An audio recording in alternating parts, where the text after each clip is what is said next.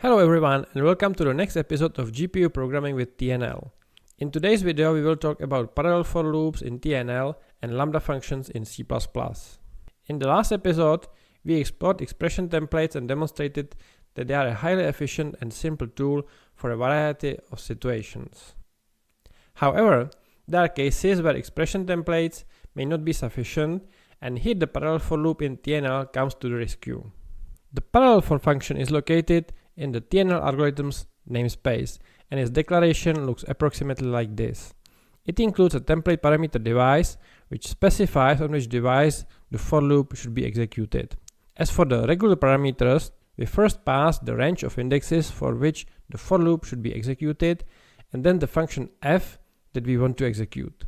I would like to emphasize that this is a simplified declaration of the parallel-for function, sufficient for the purposes of this video. Those interested should refer to the TNL library documentation. The f function is most commonly a C++ lambda function. If you have no experience with lambda functions in C++, don't worry. In this video we will try to explain everything that is necessary to use lambda functions in TNL. Lambda functions are a very efficient tool in C++. Put simply, lambda functions allow you to take a piece of code, bundle it with the necessary data and variables, and insert it all into some pre-existing algorithm. This enables someone else to write a basic algorithm structure, and you have the opportunity to supplement this structure with what you need using lambda functions. As I've mentioned, a lambda function is essentially a package of code and data. The type of this package in C++ can be relatively complex, so we usually define the lambda function using the auto keyword.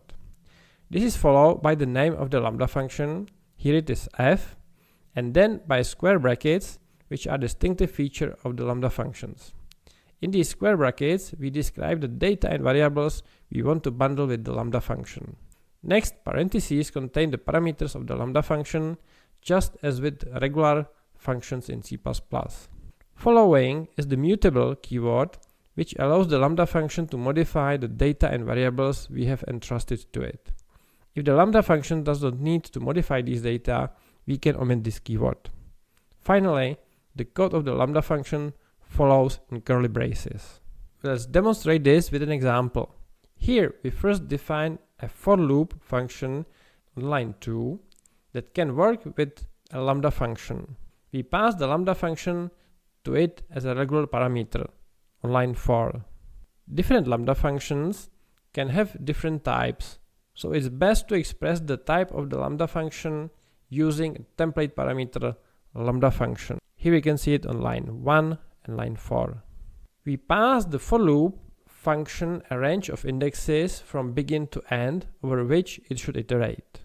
Finally, we pass an instance of the lambda function to the for loop function. As we can see inside the for loop function, we can treat the lambda function as a regular function in C++. Here we call it with index I, which corresponds to the individual iterations of the for loop. Inside the main function, we first allocate an auxiliary array data of size 10 elements on line 12. Then we define a lambda function f, which specifies what we will do inside the for loop. It's on the line 13. And we will be setting each element of the data array to the value I. For better illustration, let's compare how the same algorithm would look without using lambda functions. We see this in the right column. We say that we separated the for loop from its body. The for loop can be seen on the line 6 in the left column, and its body can be seen on the line 14 in the left column. In this simple example, it doesn't make much sense, but if you want to perform a similar calculation on the GPU, it would start to get significantly more complicated. We will now compile and run this example for demonstration. The source code is in file 01 forloop1.cpp. And we see that the data array is correctly initialized. In the next example, we will want to use the same for loop function to initialize a vector from the TNL library. The for loop function itself has not changed. In the main function, we first allocate a vector v with the same size of 10 elements. Then, in this example, we will demonstrate two possible ways a lambda function can encapsulate necessary data. In this case, it is the vector v with which we manipulate in lambda functions. At the same time, we see that we can indeed pass different lambda functions f-value and f-reference to the for loop function. As the name suggests, a lambda function can capture data by value or as a reference. Capturing by value is denoted by an equals sign in the lambda function definition, and capturing by reference is denoted by an ampersand. If we mark the original vector v in red, then in the case of capturing this vector by value, a new copy is created, which we mark in green. And this is the copy we work with inside the lambda function f-value. Conversely, when capturing the vector v by reference, a new copy is not created, and inside the lambda function f-reference, we work with the same data as the original vector v. However, it is very important to realize that capturing the vector v by value means that the lambda function f-value will work with a copy of the vector v and not the vector v itself. Any changes made here will not be reflected in the vector v, and the program will not do what we want. Only by capturing the vector v by reference will modify the original vector v and not its copy. The difference can be seen when we compile and run the program.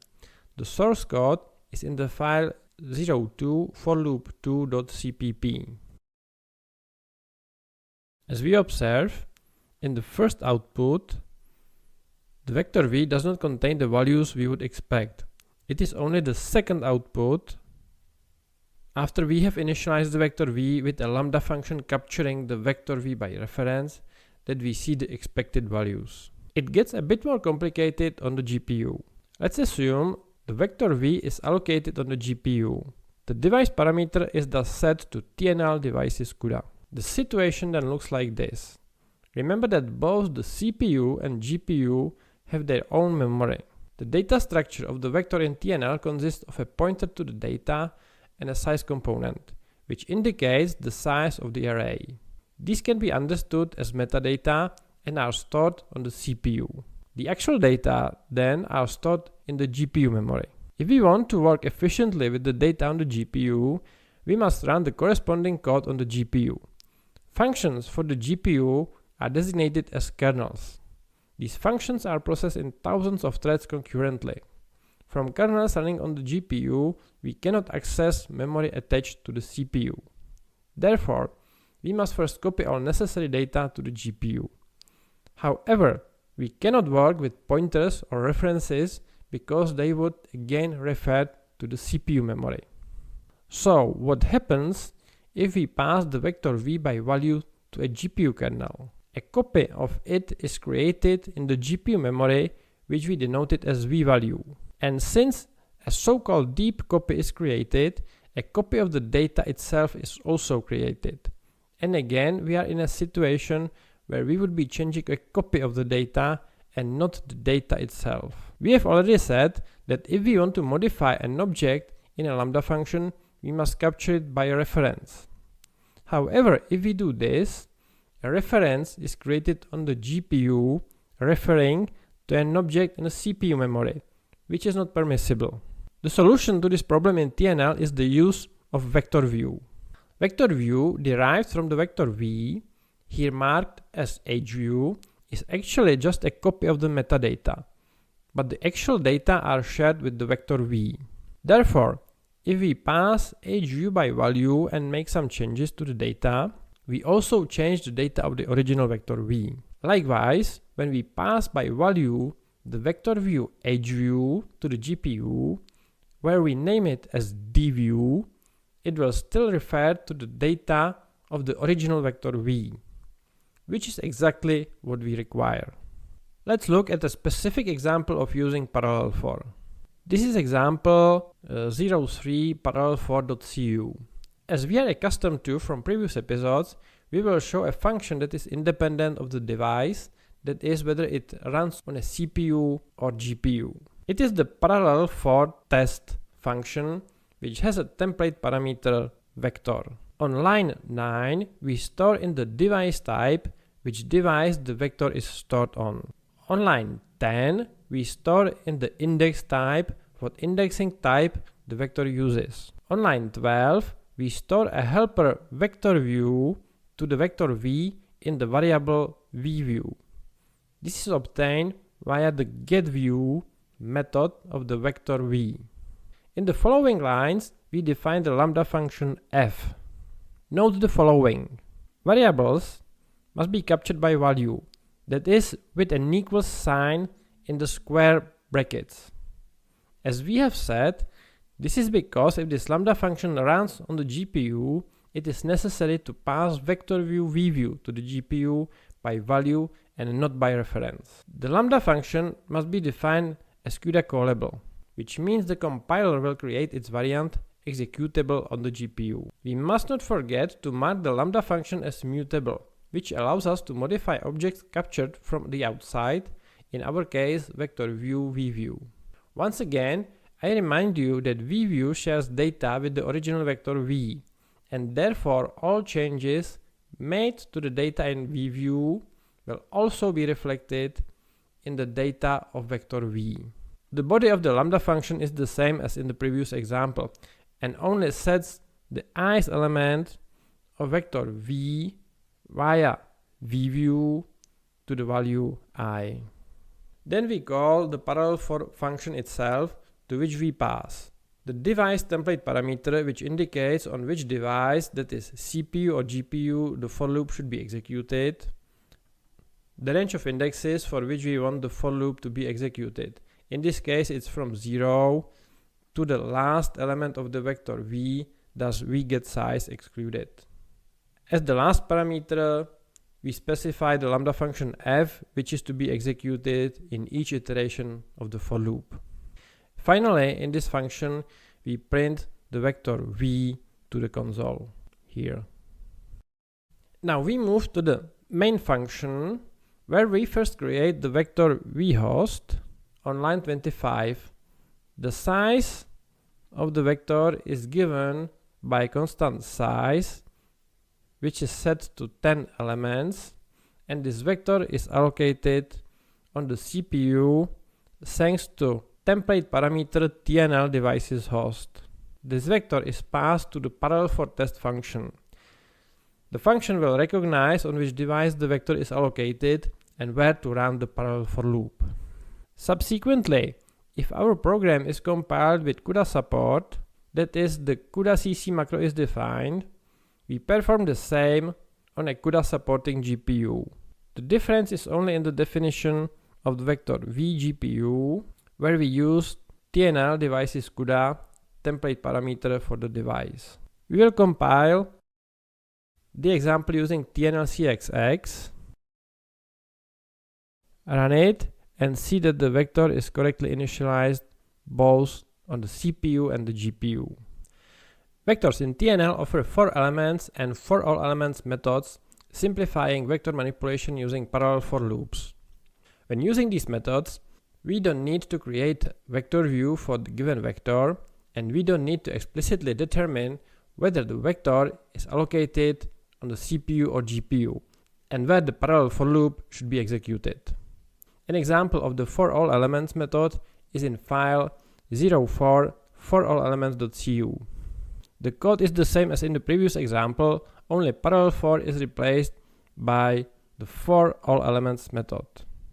The corresponding lambda function receives the iteration index I and value, which is a reference to the ith element of the vector v. This gives us direct access to the elements of vector v without needing a helper vector view. We compile the example and run it to see the same output as in the previous example. Example 05 for elements.cu shows the same but specifies, similarly to parallelFor, the range of indexes over which we want to iterate. Here it's only over the first half of the vector. We compile it, run it, and we see that only the first half of the vector have changed. As for the parallelFor function, it's important to be aware of one very important thing. The way this function works should be understood more as launching independent tasks running in parallel, not as sequentially performed iterations. Let's look at this example. We have an input array with n elements and an output array of the size of just one element. We run parallelFor, where each task reads one element and adds it to the single element of the output array. This will not work because all tasks performed within parallelFor write to the same element of the output array. This is demonstrated by example 06 sum.cu. Here we have only the main function. First, we create an input array and initialize it so that the is element is set to the value I here, and we're using the for all elements method. Then we create the output array of size 1 and we zero it. Next we prepare the helper VectorView in view and out view, and then we run parallelFor. We see that the is task reads the is element from the input array and adds it to the single element of the output array. The correct result should be the sum of all elements of the input array, which we can also obtain using the sum function here, already known from the last video. Now we may compile the program, run it, and see that the result we get using parallelFor is not correct. It's here. The correct result is 4950. This example is demonstrated mainly on the GPU because the incorrectness of the result is most evident here. The next example is very similar. Here the output array is the same size as the input array. Now each task works with one inner element of the input array and adds its value to the corresponding position in the output array and to its neighbors. If two tasks simultaneously write to the same element of the output array, an error may occur. This is demonstrated in the code 07 neighbors write.cu. Here we see that both arrays are the same size. The input array is initialized to ones and the output array to zeros. Again, we prepare necessary vector views and run parallelFor, which now works only with indexes 1 to size -1, which are the inner elements of the input array. In the lambda function, we read the value of the is element of the input array and store it in variable value. Next, we write it to the output array in the position is and to immediate neighbors, left and right. Finally, we print the output array to the console. We compile and run the program, and it seems that everything is as it should be. The elements on the edges contain 1, this one, this one. The elements next to them contain 2, this one, and this one. And all others contain 3s. However, when we increase the size of the arrays to 1000, adding parallelism and rerun, we see that we indeed can find an error. For example, this element here. This example also shows that parallel programming can sometimes be tricky. Some errors only manifest when a sufficient number of threads is involved in the calculation, which we achieved by increasing the size of the arrays. In the next example, we reverse it a bit. Each task reads from its own and immediately neighboring cells. It writes the sum to the corresponding cell in the output array. There is no problem here. Neighboring tasks may access the same cell of the input array simultaneously, but reading is not an issue. The code for this example is in the file 08 neighbors read.cu.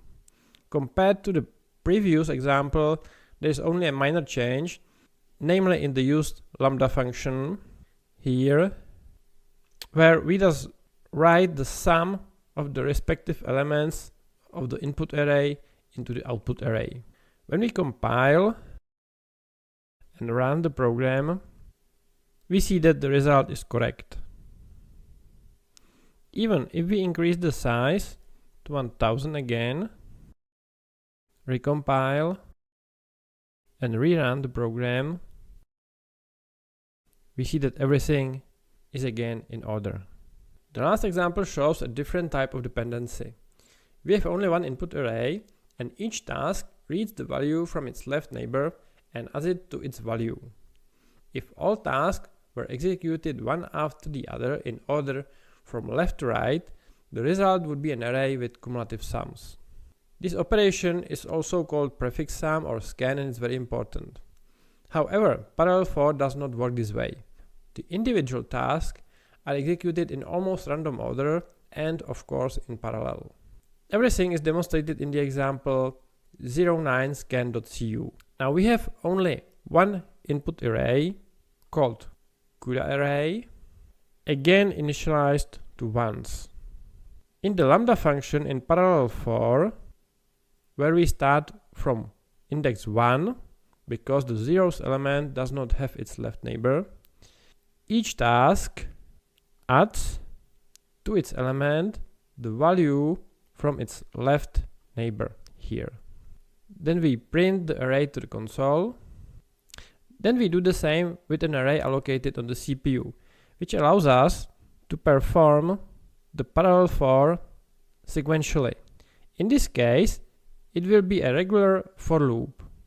When we compile and run the code, we see that the first calculation is wrong, here this one, while the second correctly calculated the cumulative sums of the elements in the given array, which we can see here. To conclude, I have some useful advice for you. The first concerns debugging code. The advantage of parallelFor is that we can first debug the code on the processor and only then run it on the GPU. Debugging on the processor is much simpler because we can run the code sequentially. Debugging outputs are easier to perform, and it's possible to use a debugger to step through the code. Let's demonstrate this with the following code. It's in file 10debugging.cu. There's only the main function, inside which we call parallelFor. First we notice that as device we specify TNL devices sequential, which means that the for loop will be executed sequentially on the processor. This allows us to use debugging outputs to the standard outputs like std_cout inside the lambda function, which would not be possible on the GPU. Because the code runs sequentially, it can be easily stepped through in a debugger. Of course, we must adhere to all the rules for the parallelFor loop that we mentioned earlier. If any of them are violated, it may happen that while the program works well in the sequential execution on the CPU, it may not on the GPU.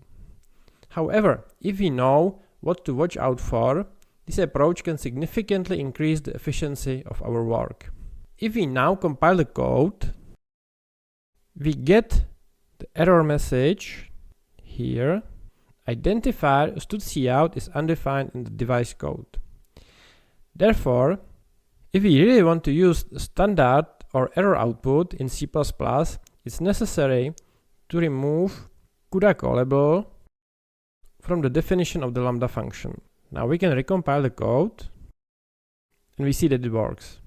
So once everything works as it should, we remove all occurrences of std_cout and std_cr from the body of the lambda function and mark the lambda function again as CUDA callable. Then we can replace TNL devices sequential with TNL devices CUDA, and with a bit of luck, our code will also run on the GPU. Another thing to be aware of is the fact that the NVCC compiler prohibits the use of lambda functions inside private and protected methods. This is demonstrated by the example in the file 11protected_lambdas.cu. Here we have the vector initializer structure, which sets a given vector to a certain value. The value is represented by the member C, which we set in the constructor here.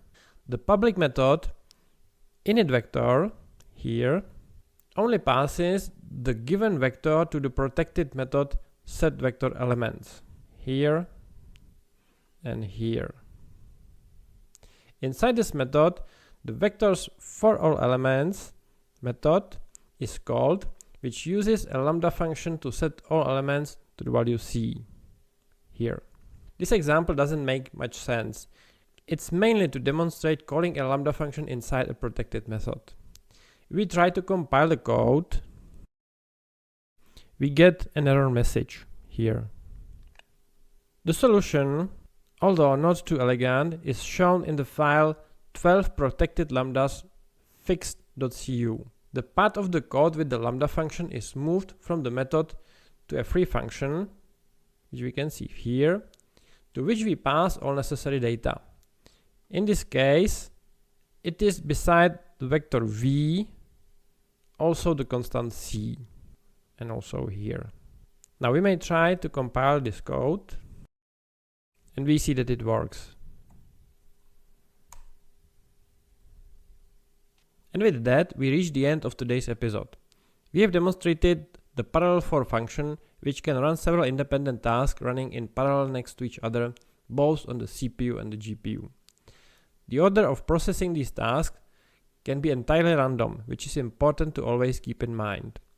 Different tasks may read from the same place in memory, but they should not write to the same place in memory.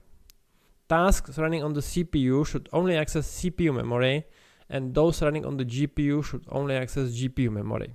Each task is represented by a lambda function. All data and variables must be captured by value, which we ensure with an equal sign in square brackets. When it comes to arrays and vector in TNL, it is not possible to capture them directly, but with the help of ArrayView and VectorView.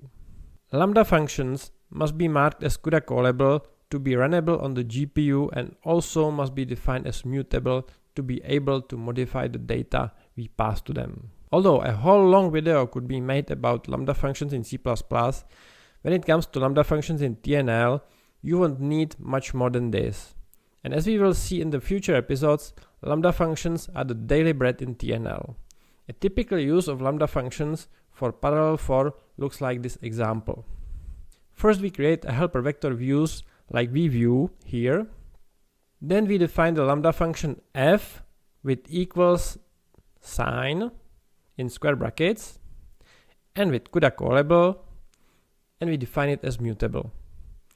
We also show that some operations such as summing all elements of a vector cannot be performed using parallelFor. However, since this is an example of very common operation, it will be the subject of the next episode. Until then, I wish you much success and happy coding.